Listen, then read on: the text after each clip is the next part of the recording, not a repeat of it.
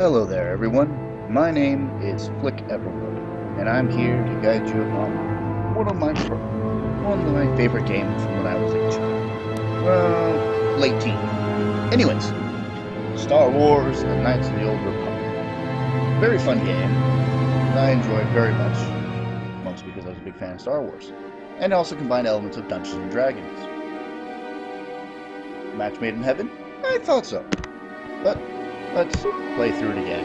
It has been a good 6 years probably since I've played it. Anyways, you have your standard choosing male or female from the three classes. The Scoundrel, the Rogue, they get lots of skill points, and then I think their trade-off is low hit is okay hit, they're okay attack, and then low magic, well, low force powers.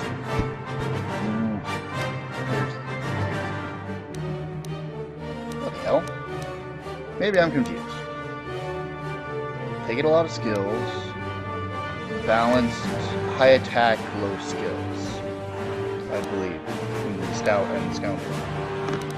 Anyways. It's always a hard... Yeah, because they get... Soldier gets more heats. Scoundrel gets more skills. Scout is balanced. So let's be balanced and play a Scout. Never take it. Good heaven. Portraits, kind of generic, but, I mean, look at it. Where's my favorite? There it is. A little swoosh of hair. Attributes. The attributes of your character apply bonuses and penalties to everything you do, from combat to skill checks to force power. Check each attribute to see what aspects you do. This is where that Dungeons and Dragons element comes in. Because, yeah, on their point-based system too. I always believe in being balanced. But because I'm going to be stabbing people in the face, I should have good strength. Con is good for health. I like having skill points. That's yeah, strength applies to melee combat. Dex is for adding damage for range attacks and AC essentially. Con is health. Int is for number of skill points. Wisdom, height perception, and Jedi's use their force powers. That's how they make their casting stats essentially. And charisma related to other such things. And I like having charisma. So, there's that. Up my int some more. Goes up that. And I have 16 strength. So overall, 16 strength, 10 dex, 12 con, 14 int, 12 wisdom, 12 charisma. Pretty generic, but that's what I like. Skills. Gotta have them skills to pay them bills.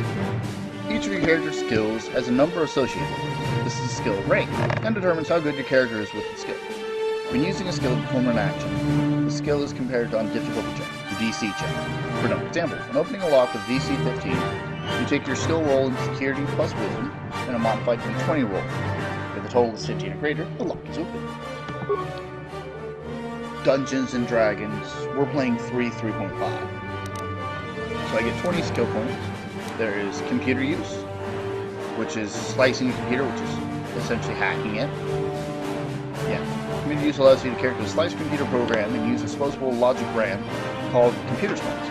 A character might disable a gun turret or flood a patrol area, with more complicated tasks require more spikes. A higher rank in the skill reduces the number of spikes is required by 1, to a minimum of 1, for every 4 points total, including attribute score and modifier. Demolition. Demolition be used to set, recover, or disarm mines. Such devices are either low, DC 15 to set, medium, DC 20, or high at DC 25. Attempting to disarm a mine adds a +5 to the DC, and recovery is 10 to the DC. This skill cannot be used on train. Yeah, and they broke back then. Stealth.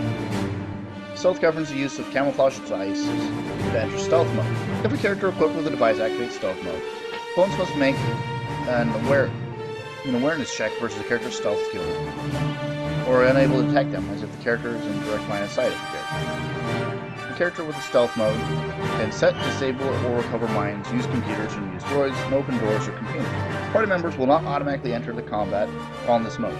Combat cancels stealth mode, and stealth mode cannot be worked without a camouflage unit. Units with higher qualities may have bonus to the skill. Yeah, there are stealth belts that you can get. Camouflage belts. They allow you to use stealth, I think +2 and a +4. Awareness is to notice things, such as spot stealth character.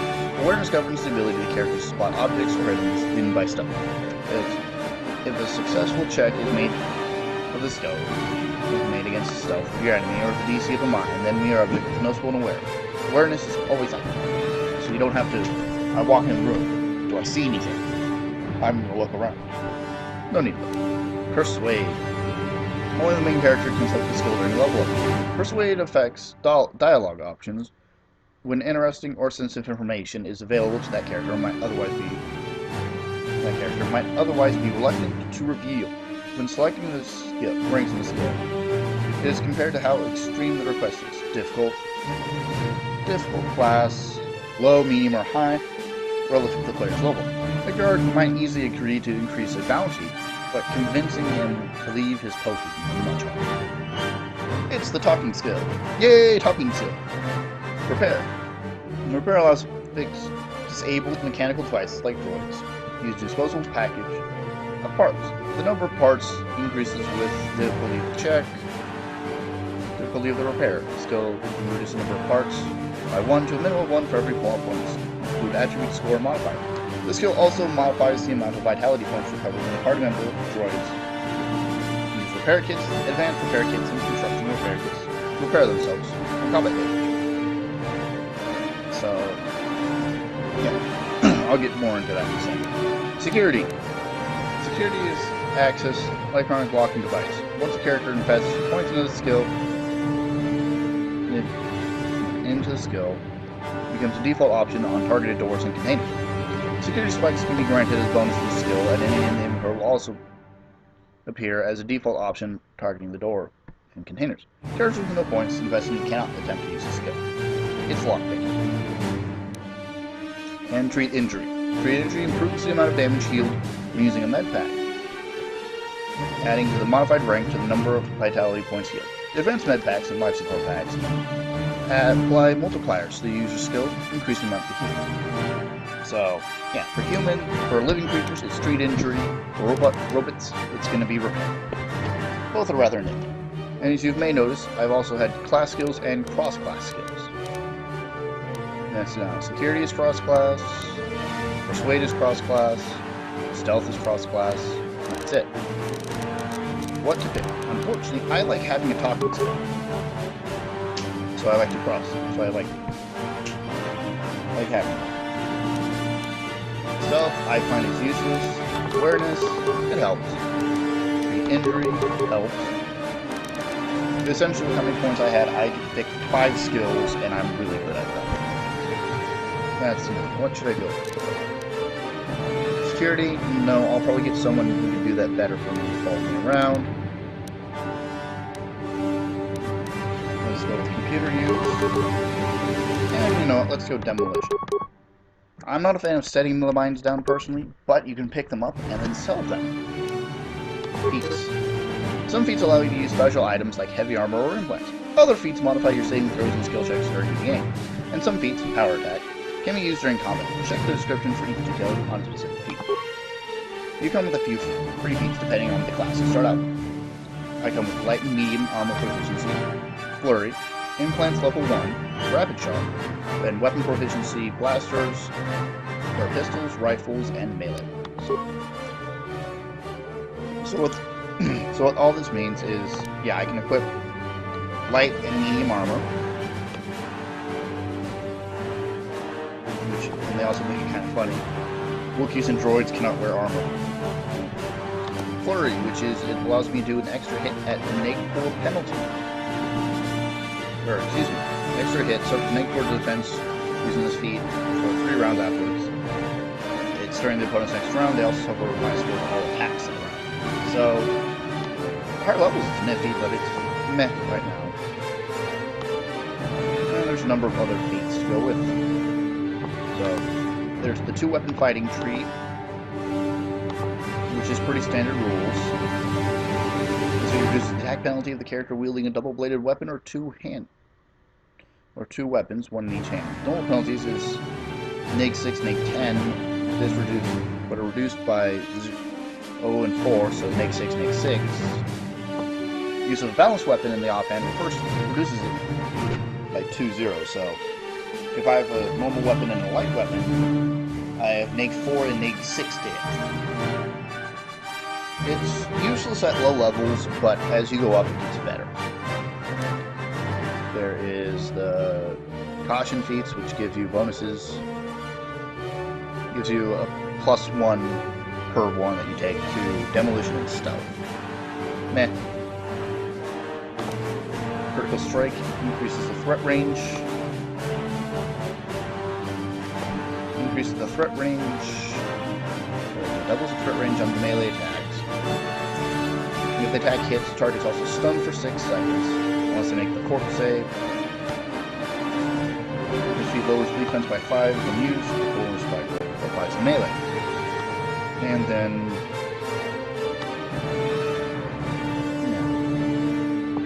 yeah, it just goes double, triple, quadruple. Pretty generic, but I mean if that's what you're building. Empathy is awareness and treat injury stacking.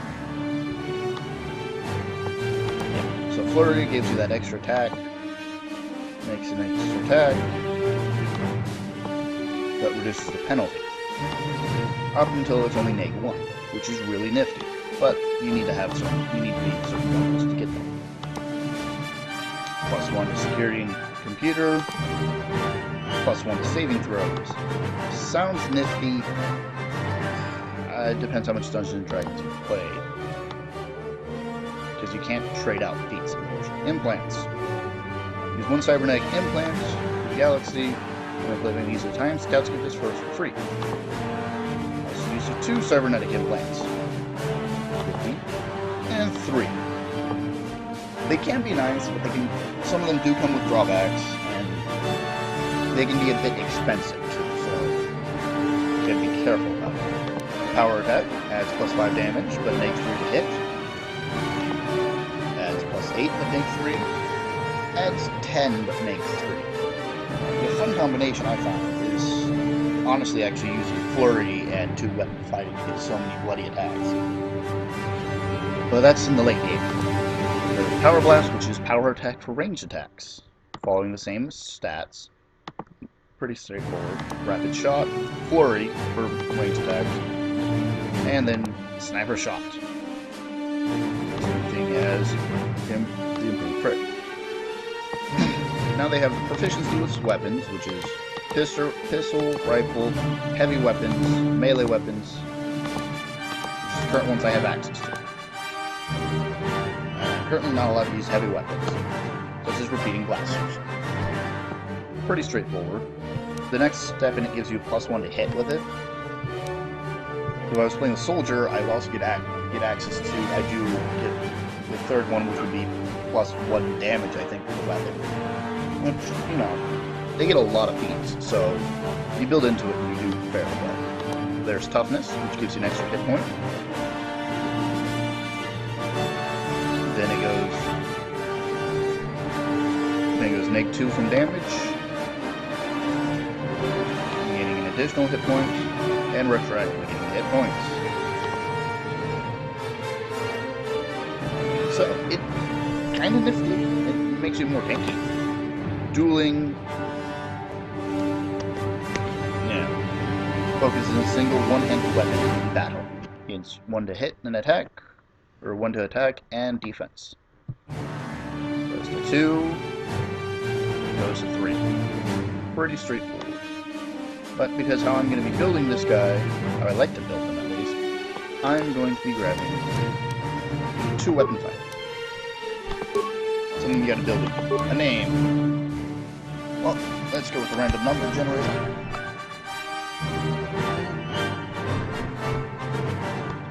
Let's do this more random. I've got a D6 here. 3. Rocking. 3 times. 1, 2, 3. John. I am John Dante. Dantra. John Dante.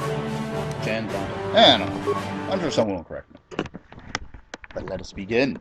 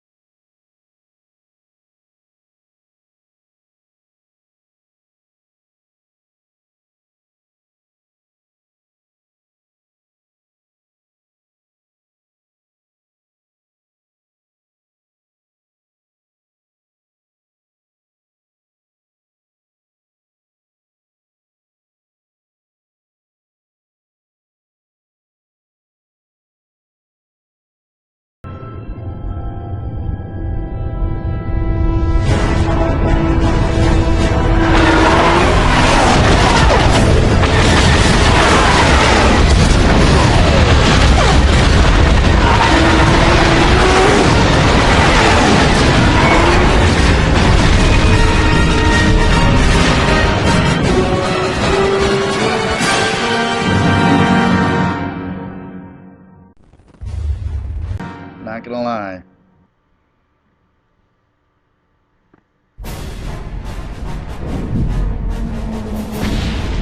That sexy beast. Oh wait, it's you.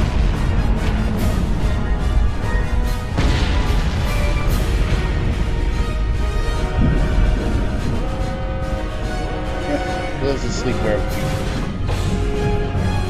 We've been ambushed by a Sith battle fleet. The Endar Spire is under attack. Hurry up, we don't have much time. Yep. And time for intro this tutorial. I'm Trask Ulgo, ensign with the Republic Fleet. I'm your bunkmate here on the Endar Spire. We work opposite shifts. I guess that's why you haven't seen me before. Now hurry up. We have to find Bastila. We have to make sure she makes it off the ship alive. Who's Bastila? Bastila is the commanding officer on the Endar Spire. Well, not an officer, really, but she's the one in charge of this mission. One of our primary duties is to guarantee her survival in the event of an enemy attack. You swore an oath just like everyone else on this mission. Now it's time to make good on that oath. I heard what everyone's saying about you. You've explored the farthest reaches of the galaxy. You visited planets I've never even heard of. People with your skills and abilities are hard to find. It's no wonder the Republic recruited you for this mission. But now's the time to prove yourself. I know you're a scout and not a soldier, but Bastila needs all troops at her side during this attack. Okay, let's go home. So hurry up and grab your gear. You need to suit up so we can get out of here. Okay. Active quests on the screen, important information relating to your ongoing adventure. Refer to journal for hints and guidance for the game. Journal entry. So, you've been recruited to defend Bastila. Sounds like a great and noble mission that we will continue in the next one. So, until next time, everyone. Bye-bye.